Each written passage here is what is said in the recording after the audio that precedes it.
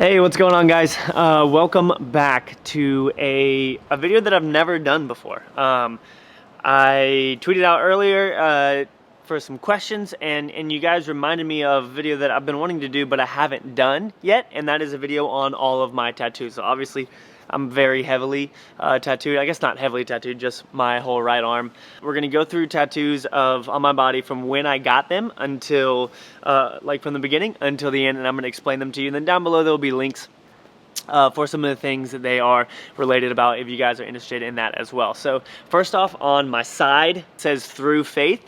And that is just from the book of Ephesians 2:8. It says, "For it is by grace you have been saved through faith." You guys know that I'm a Christian. You guys know that my religion and my relationship with Jesus means a lot to me. So that was my first one, just encouraging me, like, just to have faith and to know that he's there through everything that I'm going through. And I mean, I got that before I ever started YouTube, before any of that stuff, and I've gone through so much in my life, and if it wasn't for my faith, I definitely don't believe that I would be where I am today. So that was my first one. My next one was just this text right here, so none of this other stuff. It was just this text right here that says, "Take the world, but give me Jesus," and that's my favorite hymn. And I just love the premise of it, saying like, this world, there's just so much in this world that like I don't need, that doesn't define me, that I don't want. And so just the saying behind that is, take the world, like you can have the world, but give me Jesus. Which is funny because a lot of people in the world would say, and people that are going to comment on this, which is fine because I love you guys either way, whether you believe in what I do or whether you don't. But a lot of you guys would say, no, give me the world, you can have Jesus. You can have Jesus, give me the world. But I'm opposite. Like I would much rather have Jesus in my relationship with him than the things that the world has to offer.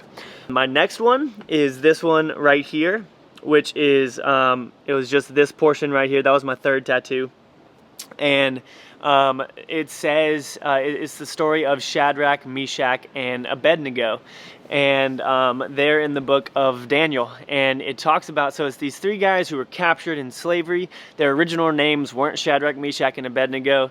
The people changed it to them. And I believe it was King Nebuchadnezzar that was over them. And there's so much that goes into the story. Again, I'll leave a link down below if y'all want to read it.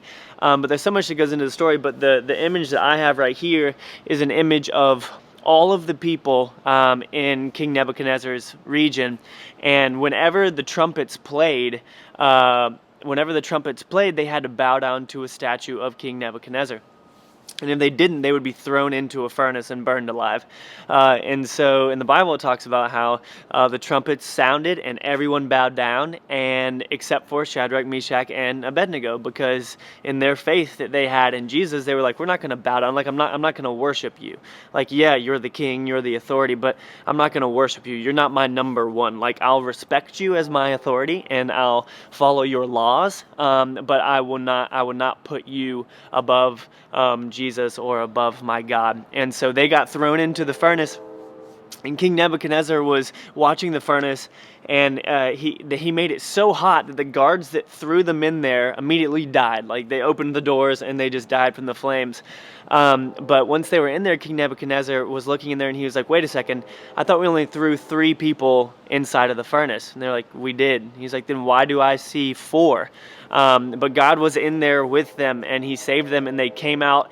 They were not burned, they were not harmed, they didn't even smell like smoke. And so King Nebuchadnezzar was like, all right, yep, we are no longer going to be worshiping me, but we are going to be worshiping your God. And that was just really, really cool. I love that story of faith. And one thing that they say is that we won't bow down to you. And even if our God doesn't rescue us, we're not going to bow down to you. Like, so many times in my life, I've asked for one thing and gotten the opposite, and that opposite thing ended up being way better for me than what I could have chosen. So the next tattoo, guys, is added on to this. So there's flowers, there's the stone and leaves, there's roses right here as well, and then this bird up here. And one thing that you guys might not know about me is that I can be a very anxious and worrisome person. Like, I worry a lot. I'm very, very anxious. And for me, I've just had to get to the point where, like, I trust in God. Like, this is from a verse in Matthew that says, it says, don't worry what you'll eat or anything like that. Like the Lord provides for the birds of the field. Like the birds have food. They're fine. They're singing. They're glorious. I love hearing birds outside because it just reminds me like things are going well. Things are good. And even if there's a lot of negativity around you, there's still a lot of beauty in the midst of this world that if we choose to focus on, I think will affect us in a positive way. And then the flowers just talk about like, don't worry about what you'll wear. Don't worry about material items. Don't worry about beauty, how you appear. Solomon, who was a king, it says Solomon in all of his glory, all of his splendor, wasn't even as beautiful as the flowers of the field. So that's that one. So there's some roses and a bird right there. And then and then I have one right here that says, "Be thou my vision," which was just a really quick tattoo that I wanted. And that's another hymn. I love old hymns so much. If you guys want to listen to a band that sings them, just look up "Be Thou My Vision" and "Take the World, But Give Me Jesus," and you'll find some of those. But then after that was my entire upper arm, which I'll show you right here. So this is all the story of Joseph. The inside is a boy down in a pit who was thrown in there by his brothers, and then him in prison, and then him on top of a throne. And so the story of Joseph, guys, was he was his dad's favorite. He was the favorite. His dad made him a coat of many colors, and it was like really cool. And all of his brothers hated him for it. And they were all hanging out, and they were like, "Man, we should let's just kill him. Let's kill our brother. Let's get rid of him." And they were like, "Okay, we'll throw him in a pit, and we'll deal with him later." And then some slave traders came by. And the slave traders, they were like, "Wait, why would we kill him when we can just sell him into slavery and get money for it?" So they sold their brother into slavery. Over the next 13 years, I believe it was, Joseph went through so much stuff. The second stage of my tattoo is him being in prison. And all along it said that God was with him. And over this 13 years, guys, he went from a place of probably his lowest being in a pit, being betrayed by people that he loved, that he thought loved him, being betrayed by them, thrown into a pit, sold into slavery, accused of all this other stuff. And then after all of that time, after so much happened, he ended up being second in command of all of Egypt. And there was a huge famine, and his brothers, they hadn't seen him since they sold him into slavery. They thought he was dead. Everybody thought he was dead. His brothers came, and there was a famine, and they had to ask for food. They didn't recognize their brother though, because it had been so long, but he recognized them and knew that it was them. And so he told them to go back and get their father from where he lived.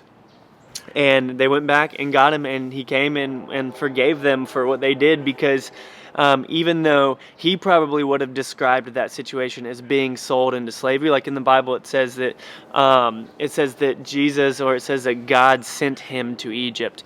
So while we would have described it as, "Oh my gosh, I was sold into slavery, I was all this kind of stuff," it's like, no, God sent him there for a reason, because if he hadn't, then he wouldn't have been there to provide for his brothers in the future. And yeah, he went through a lot of stuff, guys. We all go through a lot of stuff. And do we desire that? No. I hate some of the stuff that I've gone through in my life. I've been through so much, just pain and abandonment and things like that, that I haven't even talked to you guys about. And all of that has led me to a place now where I can love my fiance and my future wife better. And I can respect her as the woman that she is, as the godly, loving woman that she is. And if I hadn't been through a lot of the stuff that I've been through relationally, I don't think I'd be able to love my fiance or my future wife that well. So that's all of that one, the story of Joseph. Next, I have 12:12 on my hand, which is Romans 12:12, which says to rejoice in hope, to be patient in trials, and to be constant in prayer. And that's a huge verse for me, guys. To rejoice in the things that we have hope in, to rejoice in the positive things, to be patient when things are going wrong, because we've all been through stuff. And for those of you that are younger, you're going to go through some stuff. You're going to have some hard times, but in the end, it's going to come out, and you'll look back, and if you keep your head on right, and if you stay true to your faith, then you'll be able to be like, okay, yeah, like that was hard. It was hard. I'm not denying it, but it made me the better person that I am today.